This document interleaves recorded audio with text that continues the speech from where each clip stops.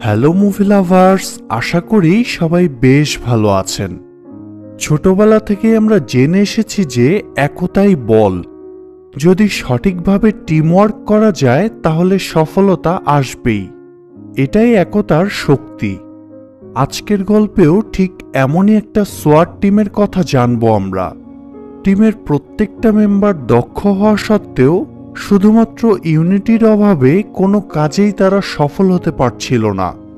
কিন্তু এরপর এক সময় তাদের জীবনে একটা টার্নিং পয়েন্ট আসে, আর সেখান থেকেই তাদের মধ্যে একতা তৈরি হয়। কিন্তু কি সেই টার্নিং পয়েন্ট, আর তাদের জীবনে ঠিক কি ঘটে, সেই সব কিছুই আমরা জানবো সোয়াট মুভির কাহিনী থেকে। এই মুভিটা চায়নার একটা সত্য ঘটনার উপর ভিত্তি করে বানানো হয়েছে, যেখানে অসাধারণ অ্যাকশন উপভোগের পাশাপাশি কিছু বাস্তব শিক্ষাও পেয়েছি আমি। গল্পের শুরুতে আমরা দেখতে পাই একটা লোক নেশার ঘোরে গাড়ি চালাতে গিয়ে তার সামনে থাকা গাড়িটাকে ধাক্কা দেয়। সেটা দেখে একজন ট্রাফিক পুলিশ গাড়িটা আটকায়। তখন আশপাশ থেকে অনেকেই সেই নেশাখোর লোকটার নামে কমপ্লেইন জানায়, কারণ লোকটার কারণে তাদের গাড়িরও অনেক ক্ষতি হয়েছিল। সেসব দেখে পুলিশ সেই গাড়ির ড্রাইভারকে বের হতে বলে, কিন্তু লোকটা তার কথায় পাত্তাই দেয় না। অনেকবার রিকোয়েস্ট করার পরেও যখন লোকটা গাড়ি থেকে বের হচ্ছিল না, তখন পুলিশ তার হাতে থাকা লাঠিটা দিয়ে তার গাড়ির কাছে জোরে জোরে আঘাত করতে থাকে। তখন সেই ড্রাইভার পুলিশের হাত থেকে বাঁচার জন্য সামনে থাকা গাড়িটাকে ধাক্কা দিয়ে বেরিয়ে যাওয়ার চেষ্টা করে। পুলিশ তাকে যতই বাধা দেওয়ার চেষ্টা করে, লোকটা ততই তার গাড়ির স্পিড বাড়াতে থাকে। তবে পুলিশও হার মানে না।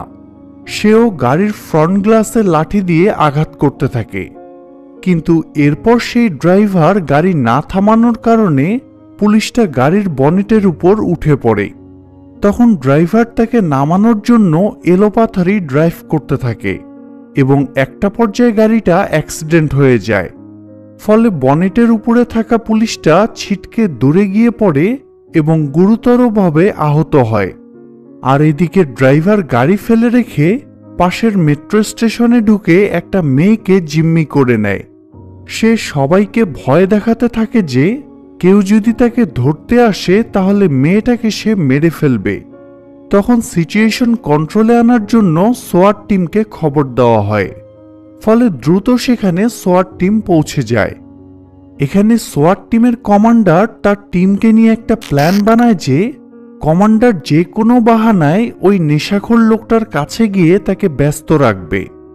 আর সেই সুযোগে টিমের স্নাইপার স্পেশালিস্ট লিয়াও দূর থেকে লোকটাকে টার্গেট করে শ্যুট করবে। তো সেই প্ল্যান অনুযায়ী কমান্ডার সেই লোকটার সামনে চলে যায়, আর লিয়াও দূর থেকে পজিশন নিয়ে তার সিগন্যালের জন্য অপেক্ষা করতে থাকে। এরপর কমান্ডার সেই লোকটার সাথে কথা বলতে বলতে তাদের রেঞ্জের ভিতর নিয়ে আসে। এমন সময় হঠাৎ সেখানে একটা ট্রেন আসলে ছেলেটা ঘাবড়ে গিয়ে এলোপাথারি ছুরি চালাতে শুরু করে। এরই মাঝে কমান্ডারের সিগন্যাল পেয়ে লিয়াও সেই লোকটার উপর গুলি চালায়। তবে তার টার্গেট মিস হয়ে গুলিটা কপালে লাগার বদলে ঘাড়ে গিয়ে লাগে। লোকটা তখন দুর্বল হয়ে গেলে টিমের বাকিরা গিয়ে সেটা সামলে নেয়। তবে লিয়াও এটা মানতে পারে না যে সে একজন শার্প শুটার হওয়া সত্ত্বেও তার টার্গেট মিস হয়ে গিয়েছে। তাই তার টিম মেম্বাররা তাকে সান্ত্বনা দেয়। এমন সময় সেখানে আরেকটা টিম এসে কথায় কথায় লিয়াওয়ের টিমের সাথে ঝগড়া বাঁধিয়ে দেয়। এখানে আপনাদের জানিয়ে রাখি যে এই সোয়াটে মোট দুইটা টিম আছে, টিম 1 এবং টিম 2। টিম 1 এর ক্যাপ্টেন হলো ইয়ান এবং টিম 2 এর ক্যাপ্টেন হলো লিউ। আর শুটার লিয়াও হলো লিউয়ের টিমে, মানে টিম 2-তে। তো সেখানে তাদের ঝগড়া মেটানোর জন্য সিদ্ধান্ত নেওয়া হয় যে কাল প্র্যাকটিসের সময় তাদের মধ্যে একটা কম্পিটিশন হবে যে কোন টিম সেরা। এরপর সিন শিফট হলে দেখা যায় কমান্ডার এবং লিউ হাসপাতালে আসে অ্যাক্সিডেন্টে আহত হওয়া সেই ট্রাফিক পুলিশকে দেখার জন্য। সেখানে গিয়ে তারা দেখে লোকটার অবস্থা খুবই খারাপ, তাকে অপারেশনের জন্য নিয়ে যাওয়া হচ্ছে। সেটা দেখে লিউ ভীষণ আপসেট হয়ে পড়ে। কমান্ডার তখন তাকে এভাবে টেনশন করতে দেখে জানতে চায় যে ওই ট্রাফিক পুলিশ তার পরিচিত নাকি। তখন লিউ তাকে জানায় যে তারা কলেজ লাইফে একসাথে পড়ালেখা করেছে, আর তখন থেকেই লিউ তাকে নিজের ভাইয়ের মতো ভালোবাসে। কিন্তু গ্র্যাজুয়েশন শেষ হওয়ার পর তারা নিজেদের ক্যারিয়ার নিয়ে এত বেশি ব্যস্ত হয়ে পড়ে যে তাদের মধ্যে আর কোনোদিন কথাই হয়নি। তো এরপর হসপিটাল থেকে ফিরে কমান্ডার ট্রেনিংয়ের জন্য দুটো টিমকে নিয়ে এয়ারপোর্টে যায়। কমান্ডার তাদেরকে জানায় যে আজ তাদেরকে বিমানের ভিতর ট্রেনিং করানো হবে। এমন সময় সেই এয়ারপোর্টে স্যাম নামের একজন আমেরিকান মাফিয়াকে দেখা যায়। তাকে রিসিভ করার জন্য চায়নার লোকাল ড্রাগ ডিলার হংয়ের লোক এয়ারপোর্টে আসে। তাই স্যাম প্লেন থেকে নামার পর হংয়ের লোকেরা তাকে নিয়ে এয়ারপোর্ট থেকে বেরিয়ে যায়। আর এদিকে কমান্ডার দুই টিমকে জানায় আজকের ট্রেনিংয়ে দুজন মেয়ে অফিসারকে দুই টিমে দেওয়া হবে। এই কথা শুনে দুই টিমের মেম্বাররাই বলে ওঠে যে তাদের টিমে কোনো মেয়ে অফিসারের প্রয়োজন নেই, কিন্তু কমান্ডার তাদের কথায় পাত্তাই দেয় না। এরপর নামেং নামের একটা মেয়েকে টিম 1-এ এবং কিয়ানা নামের একটা মেয়েকে টিম 2-তে পাঠানো হয়। আসলে টিমের ছেলেগুলোর চিন্তাভাবনা এমন ছিল যে মেয়েদের দক্ষতা তাদের তুলনায় অনেক কম, তাই মেয়েদের দিয়ে কোনো কাজ হয় না। তো এরপর কমান্ডার সবাইকে জানায় যে আজ তাদেরকে সন্ত্রাসীদের জিম্মিকৃত বিমানে অপারেশন পরিচালনার ব্যাপারে ট্রেনিং দেওয়া হবে। সেখানে টিম 1-কে সন্ত্রাসীর ভূমিকায় এবং টিম 2-কে সন্ত্রাসীর বিরুদ্ধে লড়াইয়ের মাধ্যমে সেশনটা কমপ্লিট করতে হবে।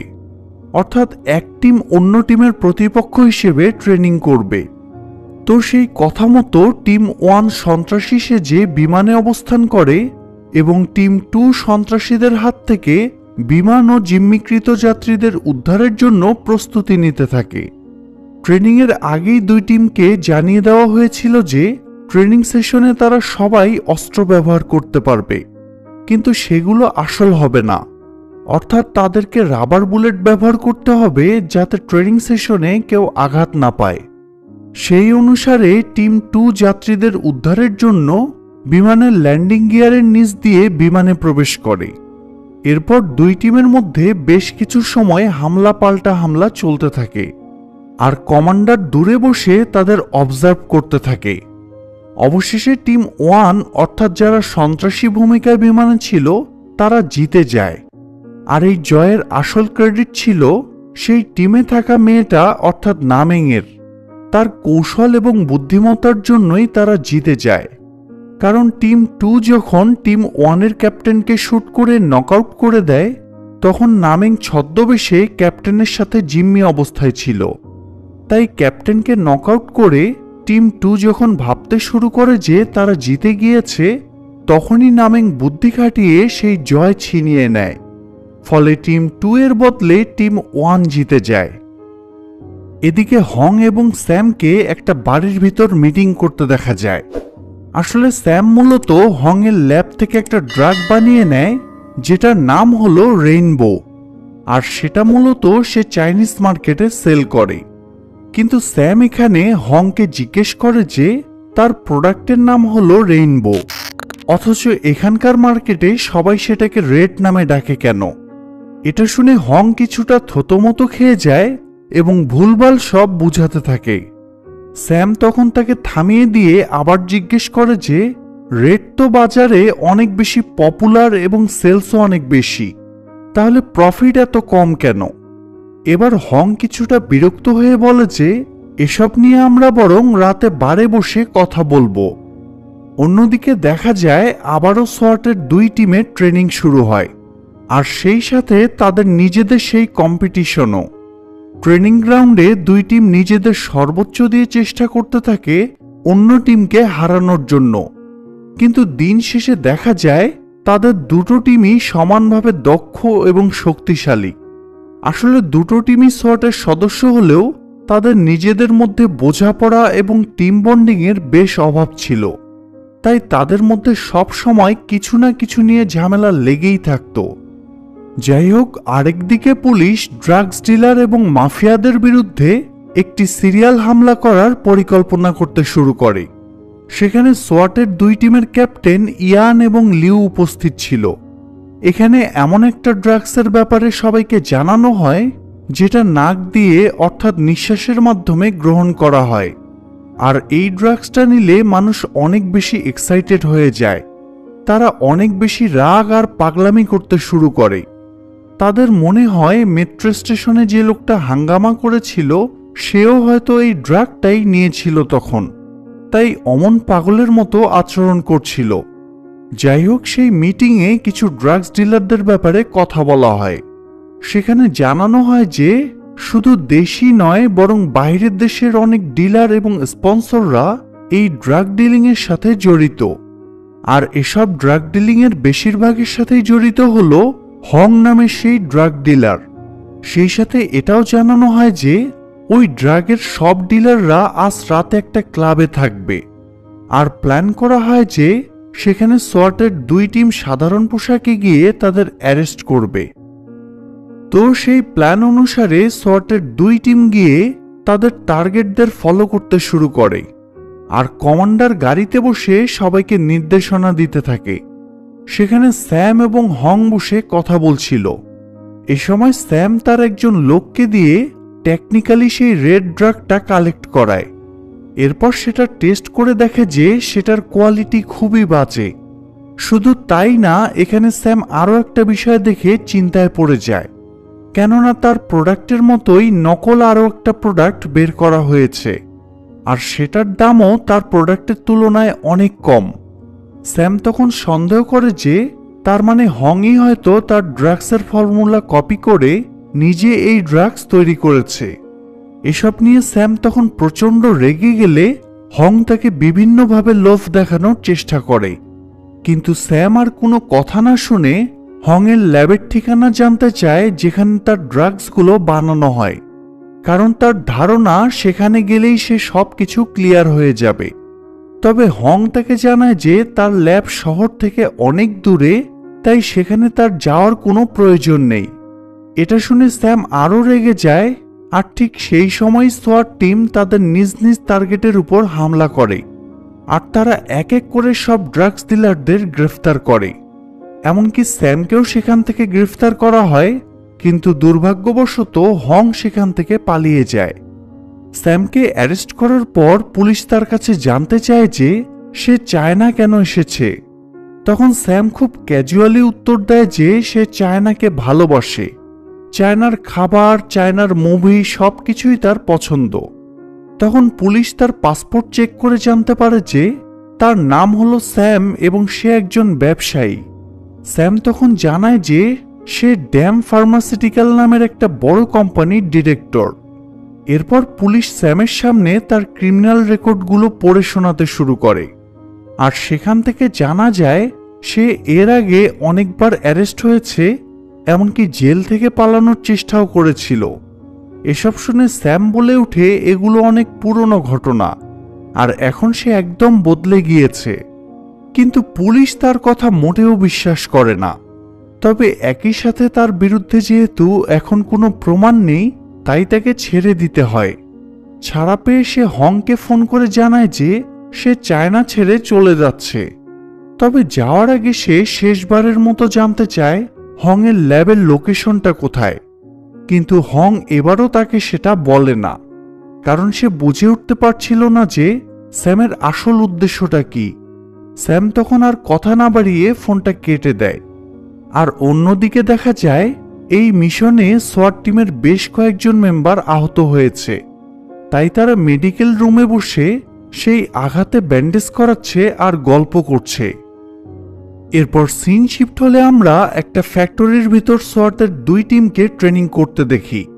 তবে এবার টিম 1 সেখানে সোয়াট পুলিশের ভূমিকায়, আর টিম 2 সেখানে গ্যাংস্টারের ভূমিকায় থাকে। টিম 2 এর ক্যাপ্টেন লিউ শুরুতেই টিম মেম্বারদের উৎসাহ দিয়ে বলে যে আগেরবারের মতো যেন এবার তাদের আর হারতে না হয়, সবাই যেন নিজেদের সর্বোচ্চটা দিয়ে জেতার চেষ্টা করে। এরপর দুই টিমের মধ্যে জোরদার ফাইট শুরু হয়। সোয়াট টিম গ্যাংস্টারদের উপর আকস্মিক হামলা চালায়। গ্যাংস্টাররাও তখন সেই হামলা থেকে বাঁচার জন্য পাল্টা আক্রমণ করে। এরপর দুই টিমই আড়ালে থেকে নিজেদের মধ্যে ফায়ারিং শুরু করে। তবে কিছুক্ষণ পর হঠাৎ দুই টিম ফায়ারিং বন্ধ করে দেয় এবং আড়াল থেকে বের হয়ে ফেস টু ফেস ফাইট করতে শুরু করে। এদিকে কমান্ডারও ঠিক বুঝতে পারছিল না যে সেখানে এখন কি হতে যাচ্ছে। এমন সময় দুই টিমের মেম্বাররা নিজেদের পোশাক খুলে ফেলতে শুরু করে। এরপর তাদের মধ্যে হ্যান্ড টু হ্যান্ড এবং ফেস টু ফেস ফাইট শুরু হয়। সবাই সেখানে অনেক বেশি সিরিয়াস হয়ে যায়, জেতার জন্য নিজেদের সর্বোচ্চটা দেওয়ার চেষ্টা করতে থাকে। দুই টিমই রিয়েল ফাইট করতে থাকে। যার যত রাগ ছিল সব যেন তখন বেরিয়ে আসছিল। এমন সময় দুই টিমের ক্যাপ্টেনের মধ্যে ফাইট হতে দেখে টিম 2 এর স্নাইপার স্পেশালিস্ট লিয়াও অনেক দূর থেকে টিম 1 এর ক্যাপ্টেন ইয়ানের মাথায় শুট করে। কিন্তু দুর্ভাগ্যবশত এবারও তার টার্গেট মিস হয়ে গুলিটা গিয়ে তারই টিমের ক্যাপ্টেন মানে লিওয়ের গায়ে লাগে। ফলে টিম 2 নক আউট হয়ে যায়। আর সেটা দেখে কমান্ডার ঘোষণা দেয় যে এবারের ট্রেনিংয়েও টিম 1ই আবার জয়ী হয়েছে। সেটা শুনে টিম 1 এর মেম্বাররা ভীষণ খুশি হয়। এদিকে হংকে দেখা যায় সে তার অ্যাসিস্ট্যান্টদের সাথে স্যামের ব্যাপারটা নিয়ে আলোচনা করছে। কেননা স্যাম যদি পুলিশকে এসব বিষয়ে জানিয়ে দেয় তাহলে তো তারা ধরা পড়ে যাবে। তাই এসব নিয়ে চিন্তা করতে করতে হংয়ের মাথা গরম হয়ে যায় এবং সিদ্ধান্ত নেয় যে সে এখন তার দ্বীপে যাবে যেখানে সে ড্রাগস উৎপাদন করে। এরপর সিন শিফট হলে আমরা দেখতে পাই ট্রেনিং শেষে সোয়াটের দুই টিম একে অপরের ক্ষতস্থানে ব্যান্ডেজ করে দিচ্ছে। এখান থেকে বোঝা যায় যে তাদের নিজেদের মধ্যে আন্ডারস্ট্যান্ডিংটা আগের তুলনায় অনেক বেশি স্ট্রং হয়েছে। আর অন্যদিকে তখন দেখা যায় টিম 2 এর ক্যাপ্টেন লিউ একটা হেলমেট পরে সেটার উপর একটি আপেল রেখে লিয়াওকে সেটাতে শুট করতে বলে। লিয়াও তখন তার কথা মতো আপেলে টার্গেট করে শুট করে, কিন্তু এবারও লিওয়ের টার্গেট মিস হয় আর গুলিটা সোজা গিয়ে হেলমেটের সামনের গ্লাসে লাগে। তবে বুলেট প্রুফ হওয়ার কারণে লিওয়ের তাতে কিছুই হয় না। কিন্তু লিও এটা বুঝে উঠতে পারছিল না যে একজন শার্প শুটার হওয়া সত্ত্বেও লিওয়ের টার্গেট বারবার মিস হচ্ছে কেন। একই সাথে লিও নিজেও ব্যাপারটা বুঝতে না পেরে এক প্রকার কান্না করে ফেলে। এরই মাঝে সোয়াট টিম খবর পায় যে সেদিন তাদের বারের মিশন থেকে একজন বড় ড্রাগ ডিলার পালিয়ে গিয়েছিল, যে কিনা এখন এইচবি নামের একটা হোটেলে লুকিয়ে আছে। এমনকি সেখানে সে হোটেলের একজন মেয়ে স্টাফকে জিম্মি করে রেখেছে। খবরটা পেয়েই তারা হেলিকপ্টারে করে দ্রুত সেই হোটেলের উদ্দেশ্যে রওনা হয়। কমান্ডার তাদেরকে জানিয়ে দেয় যে ড্রাগ ডিলাররা 40তম ফ্লোরে আছে। তখন তারা প্ল্যান বানায় যে তারা ওই ছাদের ভবনে নেমে জানালা দিয়ে 40তম ফ্লোরে পৌঁছাবে। আর সেই প্ল্যান অনুযায়ী তারা সেই হোটেলের ছাদে ল্যান্ড করে এবং দুটো টিমে বিভক্ত হয়ে যায়। এক টিম সিঁড়ি বেয়ে নিচে নামে আর আরেকটা টিম রশির মাধ্যমে গ্লাস বেয়ে নামতে থাকে। তো সিঁড়ি বেয়ে নামা টিমটা সেই ড্রাগ ডিলারের রুমের দরজার সামনে এসে অপর টিমের জন্য অপেক্ষা করতে থাকে। এর কিছুক্ষণের মধ্যেই গ্লাস বেয়ে নামা টিমটা জানালা কেটে ভিতরে ঢুকে যায়। ঠিক তখনই দরজার সামনে দাঁড়িয়ে থাকা টিমটাও দরজা ভেঙে ভিতরে ঢুকে এবং দুই টিম মিলে অ্যাটাকে ড্রাগ ডিলাররা ভীষণ ঘাবড়ে যায়। এরই মাঝে ড্রাগ ডিলারের একজন সহযোগী জানালা দিয়ে নিচে পড়ে যেতে নিলে সোয়াট টিমের একজন তাকে ধরে ফেলে। সেখানে অনেক প্রতিকূল অবস্থার সাথে লড়াই করে ফাইনালি তারা সেই ড্রাগ ডিলারকে অ্যারেস্ট করে নিয়ে আসে। এরপর জিজ্ঞাসাবাদের সময় এক পর্যায়ে সেই ড্রাগ ডিলার জানায় যে একটা দ্বীপ থেকে ড্রাগসের একটা বড় চালান আসতে চলেছে। আর ঠিক তখনই দেখা যায় হং তার টিম নিয়ে সেই দ্বীপের দিকেই যাচ্ছে। এদিকে হাসপাতালে চিকিৎসাধীন থাকা অবস্থায় মুভির শুরুতে দেখানো সেই ট্রাফিক পুলিশটা মারা যায়। তার মৃত্যুতে লিউ এবং তার টিম স্যালুট জানিয়ে তাকে শেষ বিদায় জানায়। এরপর পুলিশের হায়ার অথরিটির একটা মিটিংয়ে দেখা যায় হংকংয়ের একটা দ্বীপের উপর তারা স্যাটেলাইটের মাধ্যমে নজর রাখছিল। সেই দ্বীপ থেকেই মূলত ওই ড্রাগের চালানটা আসার কথা ছিল, আর সেই ড্রাগগুলো ছিল হংয়েরই। তারা এটাও জানায় যে সেই দ্বীপে হংয়ের সাথে একজন আন্ডারকভার অফিসারও আছে, যে কিনা এই মিশনে সোয়াট টিমকে সাহায্য করবে। আর সেই অফিসারের নাম হলো আফু। যে কিনা হংয়ের অ্যাসিস্ট্যান্ট সেজে রয়েছে। মিটিংয়ে সিদ্ধান্ত নেওয়া হয় যে সোয়াটের সব থেকে পারদর্শী মেম্বারসদের নিয়ে একটা ছোট টিম বানিয়ে সেখানে পাঠানো হবে, আর বাকি মেম্বাররা সবাই ব্যাকআপে থাকবে। এরপর কমান্ডার সোয়াটের 2 টিমকে ডাকে, আর সেখান থেকে 3 জন করে মোট 6 জনকে বাছাই করে। তবে সেই টিমে কোনো মেয়েকে না রাখায় কিয়ানা এই ব্যাপারে প্রশ্ন তুলে। এটা শুনে কমান্ডার রেগে গেলে কিয়ানা তখন তাকে বোঝানোর চেষ্টা করে যে টিমে একটা মেয়ে থাকা অনেক জরুরি। বাকিরাও তখন কিয়ানার ব্যাপারে পজিটিভ রিভিউ দিলে কমান্ডার ফাইনালি তাকে স্পেশাল টিমে অ্যাড করে নেয়। কিন্তু তারা যখন মিশনে যাওয়ার জন্য হেলিকপ্টারে উঠে, তখন তারা খেয়াল করে যে ক্যাপ্টেন লিউ এবং লিয়াও সেখানে নেই। আসলে লিউ তখন লিওয়ের কনফিডেন্স বাড়ানোর জন্য একটা পরীক্ষা নিচ্ছিল। তবে এবার লিউ কোনো হেলমেট পরে না, তার মানে লিয়াও যদি টার্গেট মিস করে তাহলে লিউ মারা যাবে। তবে লিউ এখানে তাকে এমনভাবে মোটিভেট করে যে অবশেষে লিয়াও সত্যিই তার টার্গেটে গুলি লাগাতে পারে। আর এই বিষয়টা দূর থেকে দাঁড়িয়ে কমান্ডার নিজেও দেখে খুশি হয়ে যায়। এরপর ফাইনালি লিউ এবং লিয়াও হেলিকপ্টারে উঠে সেই দ্বীপের উদ্দেশ্যে রওনা হয়। এদিকে হং আফু সহ তার সঙ্গীদের নিয়ে বোটে করে দ্বীপে পৌঁছে যায়। সেখানে গিয়ে হং সেই ড্রাগসগুলো হাতে নিয়ে দেখতে থাকে, কিন্তু আফু সেই ড্রাগসের গন্ধ সহ্য করতে পারছিল না। তবে সে কাউকে কিছু বুঝতে দেয় না।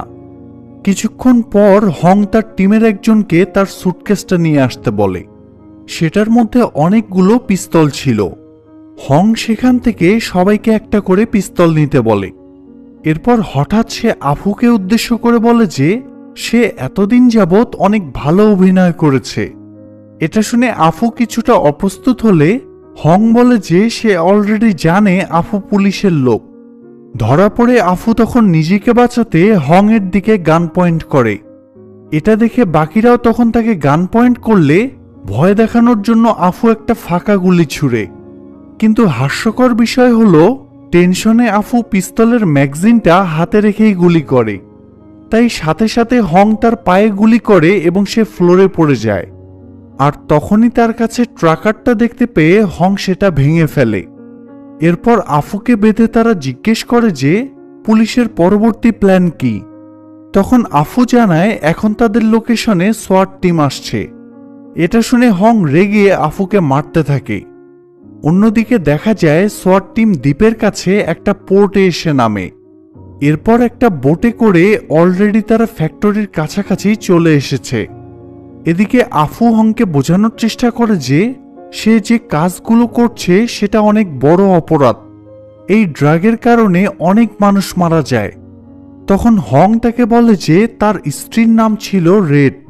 সে রেড কালার খুব পছন্দ করত, কিন্তু হঠাৎ করে সে প্রচুর ড্রাগ অ্যাডিক্টেড হয়ে পড়েছিল। এরপর একদিন নেশার ঘরে সে বিল্ডিংয়ের ছাদ থেকে পড়ে মারা যায়।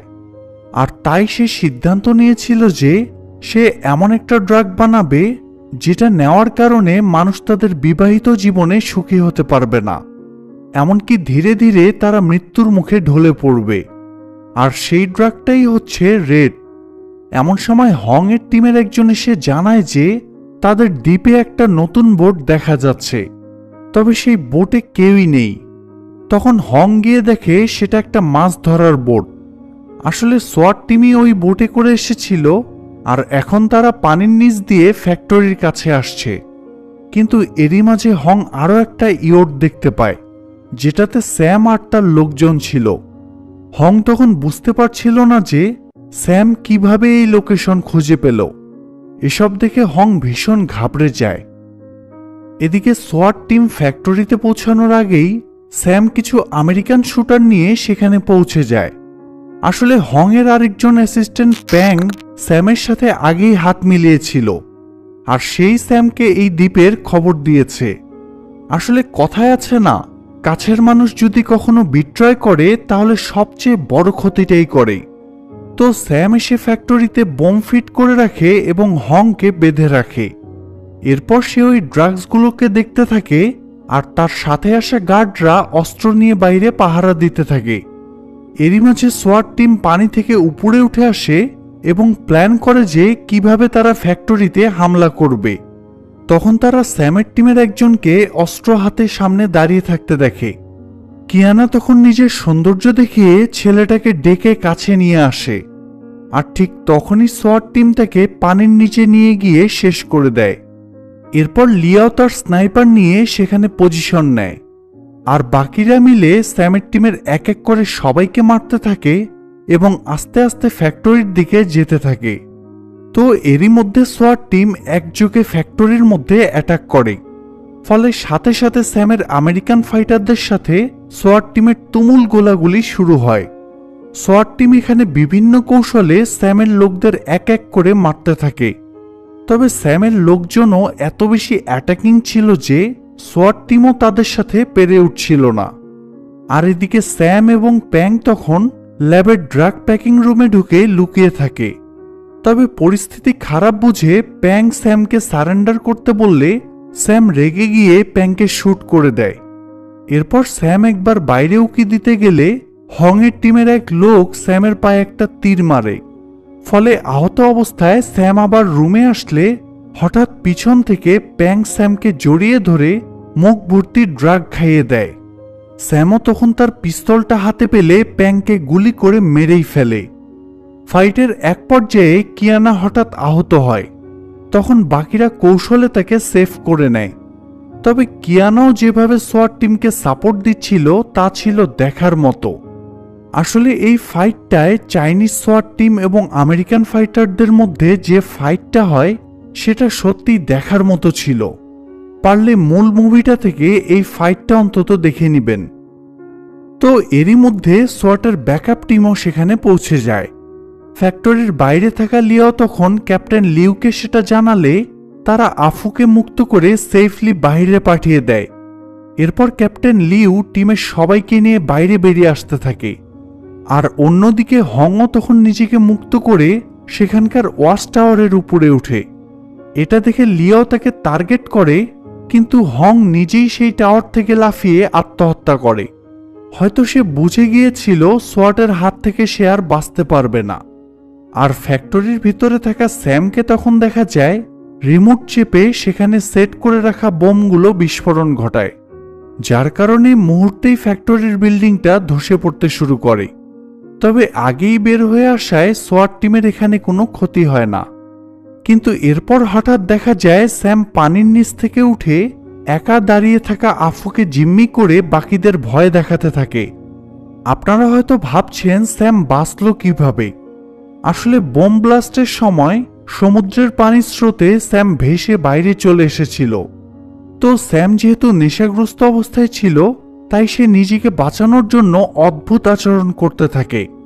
ক্যাপ্টেন লিউ তখন পরিস্থিতি বুঝতে পেরে লিয়াওকে অর্ডার দেয় স্যামকে শ্যুট করার জন্য, কারণ তা না হলে স্যাম যে কোনো মুহূর্তে আফুকে মেরে ফেলতে পারে। লিয়াও তাই স্নাইপার দিয়ে স্যামকে টার্গেট করার চেষ্টা করতে থাকে, কিন্তু স্যামের পাগলামির কারণে এত দূর থেকে তাকে টার্গেট করতে পারছিল না। লিউ তখন স্যামকে কিছুটা শান্ত করার জন্য কোনো কিছু না ভেবেই সামনের দিকে এগিয়ে যায়, কিন্তু স্যাম ঠিকই পাগলামি করে লিউয়ের পায়ে গুলি করে দেয়। সেটা দেখে লিয়া এবার স্যামকে মারার সিদ্ধান্ত নেয়। আর এমন সময় হঠাৎ পিছন থেকে স্যামের একজন আহত লোক এসে লিয়াওয়ের পায়ে ছুরি দিয়ে আঘাত করে, কিন্তু তাতেও লিয়াও হার মানে না। সে তার টার্গেটে অনড় থেকে স্যামকে শ্যুট করে। ফলে ফাইনালি স্যাম সেখানেই মারা যায় আর আফুও বেঁচে যায়। লিয়াও যে এত দূর থেকেও স্যামকে শ্যুট করতে সক্ষম হয়েছে সেটা দেখে ক্যাপ্টেন লিউ খুব খুশি হয়। আর এভাবেই সোয়াট টিম সফলভাবে ড্রাগস ডিলারদের বিরুদ্ধে একটা কঠিন মিশন কমপ্লিট করে সবাই একসাথে হেলিকপ্টারে করে ফিরে যায়। আর এখানেই গল্পটা শেষ হয়।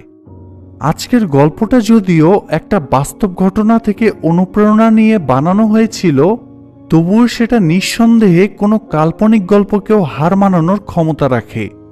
গোটা পৃথিবীতে যারা নিজের দেশকে বাঁচানোর জন্য নিজের জীবন বাজি রাখে, তাদের প্রতি সম্মান